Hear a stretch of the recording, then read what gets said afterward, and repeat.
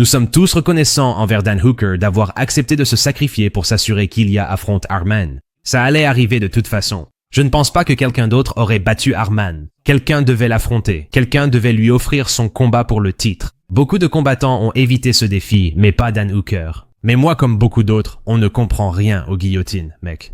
On dirait qu'il a trop appris de Dusty. Tenter la guillotine a en fait accéléré sa défaite. La soumission en triangle avec le bras vient littéralement de là, donc il a permis que ses amenées au sol se fassent beaucoup plus facilement à cause de ça. Il sacrifiait en fait la position en essayant de finir Arman, et des grappleurs comme Arman ne vont pas se faire soumettre aussi facilement. Arman s'est dégagé des deux guillotines et a gardé la position dominante quoi qu'il arrive. Ce n'était pas seulement une grosse erreur de la part de Hooker, c'était une erreur répétée.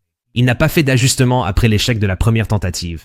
Donc Arman s'est échappé d'une soumission et a sécurisé sa position quoi qu'il arrive, ce qui a finalement rendu les efforts de Hooker assez préjudiciables, et je pense qu'il aurait été bien plus judicieux de se concentrer sur le fait d'empêcher complètement l'amener au sol sans tenter de soumission. Tu ne vas pas soumettre Arman. Islam n'a pas réussi à soumettre ce gars-là, et ils ont passé une bonne partie du combat au sol. Charles Oliveira n'a pas pu le soumettre, même s'il a tout donné pour y parvenir. Si ces gars-là n'y arrivent pas, qu'est-ce qui a bien pu convaincre Hooker qu'il le pourrait? Je ne comprends pas pourquoi Hooker a changé de stratégie en réagissant offensivement aux amenées au sol au lieu de rester sur la défensive comme il l'avait fait lors de la première tentative. Donc Arman a tenté 3 amenées au sol pendant le combat. La première a été défendue car Hooker a mis ses efforts à placer des underhooks pour contrer l'amenée au sol.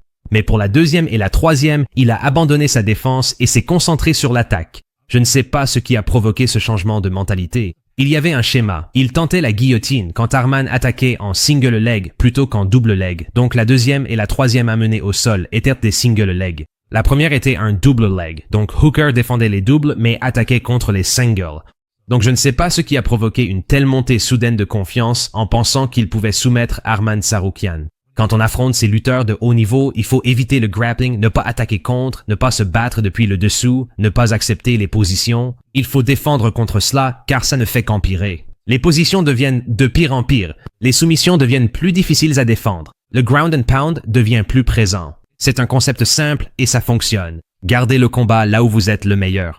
Dan Hooker, il sait lutter, tout le monde sait lutter à ce niveau, sauf Gaethje curieusement. Mais comparé à Arman, il ne serait pas catégorisé comme un lutteur, donc il faut éviter cela. Défendez-vous contre ça, gardez le combat debout. Vous touchiez avec des coups de pied au corps, vous aviez au moins un peu de succès. Même s'il était en train de perdre, non? Il perdait l'échange debout. Il avait au moins une chance de se battre debout.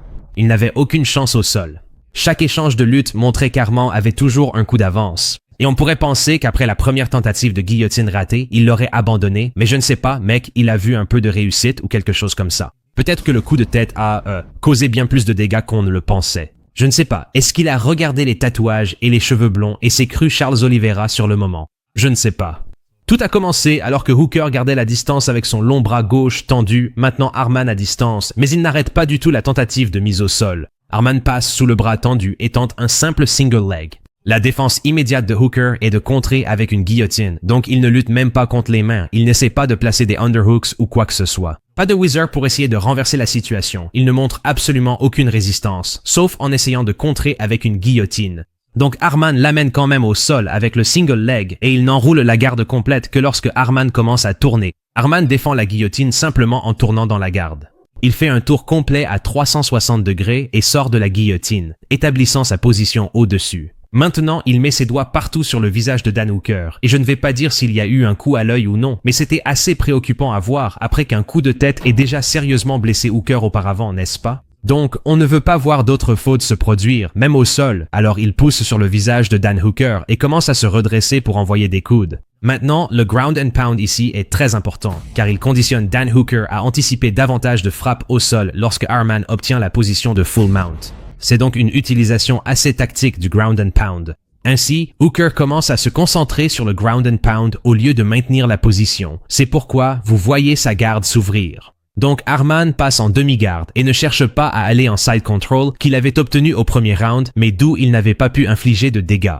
À la place, il se concentre sur la full mount, et le chemin qu'il a choisi pour y arriver, c'est d'écraser le visage de Dan Hooker contre le tapis en utilisant cette pression de l'épaule. Je veux dire, ce type est en train d'écraser Hooker dans le sol. Et Arman est vraiment costaud. Ce gars est bâti comme un super-héros. Eh bien, avec toute cette pression de l'épaule, il ouvre la garde de Dan Hooker et passe en 3/4 mount. Il commence intelligemment à se concentrer sur le contrôle du poignet. Donc, comme vous pouvez le voir, il attrape le poignet gauche de Hooker et étend complètement son bras sur le côté. Et Arman commence sa prochaine série de ground and pound. Ou du moins, c'est ce qu'il a fait croire à Hooker. Il envoie donc 2 coups et Hooker réagit en s'agrippant à lui. Arman commence à appuyer sur sa tête pour se redresser et créer de la distance afin de pouvoir potentiellement placer plus de coups, ce qui pousse Hooker à se couvrir, exactement ce qu'Arman recherchait. Une fois qu'il a amené Hooker à se mettre complètement en défense, en s'attendant à recevoir plus de coups au sol, Arman ne s'engage pas pour d'autres frappes.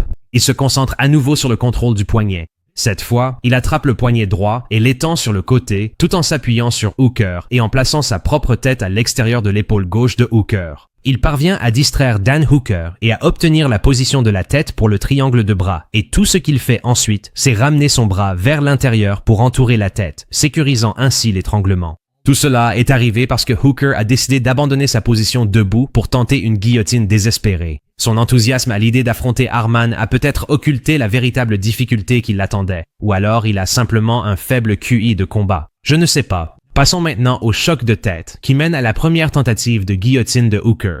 Arman attrape donc le jab de Hooker et réplique avec un long crochet du gauche qui est bloqué, mais Hooker commet l'erreur de laisser tomber la main qui a jabbé et ne la ramène pas en garde. Je dirais qu'il néglige sa défense, mais son menton fait office de défense en striking, ouvrant ainsi une brèche pour qu'Arman puisse passer en force avec un direct du droit, qui touche parfaitement. Hooker encaisse le coup en reculant et réplique avec un crochet du gauche en contre, puis Arman continue d'avancer et enfonce son front dans le visage de Hooker. Il va sûrement y avoir un débat pour savoir si c'était intentionnel ou non, mais honnêtement, je me fiche de l'intention. Tout ce qui m'importe, ce sont les conséquences de la faute. Que ce soit volontaire ou non de la part d'Arman de lui donner un coup de tête ne change rien au fait qu'il a déformé le visage de Hooker avec ce geste. Son œil était complètement abîmé à cause de ça, et il aurait dû y avoir une déduction de points quoi qu'il arrive. Hooker est incroyablement solide, mec.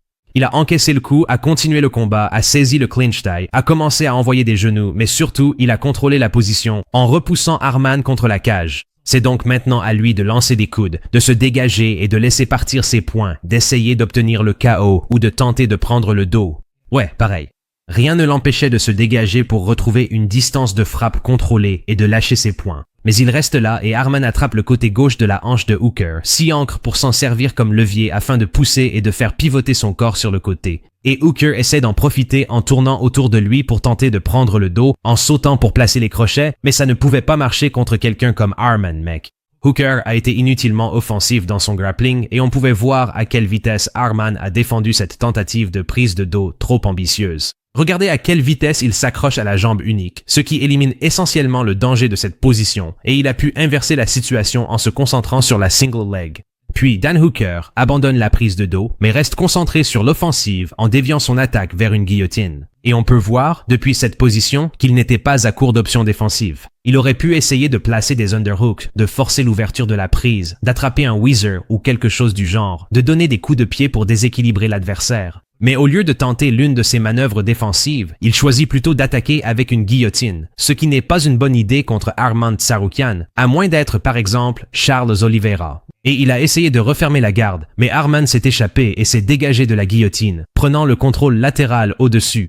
Donc il n'a même pas réussi à contrôler Arman dans la garde. Arman a réussi une grande passe directement en contrôle latéral.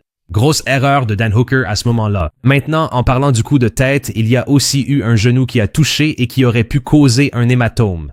Donc il place un genou directement sur la zone du sourcil et avant le coup de tête, on voit déjà un léger gonflement sur le sourcil gauche de Hooker. Il est donc possible que le genou en soit la cause initiale, puis que le coup de tête ait aggravé la blessure. Et Arman a placé une autre combinaison en esquivant le jab pour enchaîner crochet gauche et direct du droit, tandis que Hooker a eu un certain succès avec des coups de pied au corps qu'Arman a reconnu après le combat. Mais au final, c'était une victoire assez simple et facile pour Arman, et Hooker a commis des erreurs cruciales en lutte qui ont accéléré sa défaite. C'était donc une belle victoire pour Arman. Il dominait en striking, il dominait en lutte, et finalement, cela prépare le combat contre Ilia Topuria. Et j'espère qu'ils ne vont pas choisir Paddy Pimblett, mec. Frérot, que Paddy affronte Max Holloway ou Charles, ou je dirais Gage, mais il ne veut pas affronter les autres prétendants, donc j'espère qu'il va disparaître du classement, parce qu'il n'aura pas ce combat pour le titre.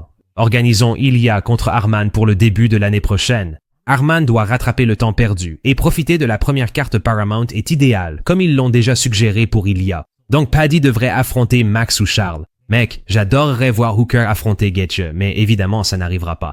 Peut-être que Hooker contre Benoît Saint-Denis serait un combat de fou, mec.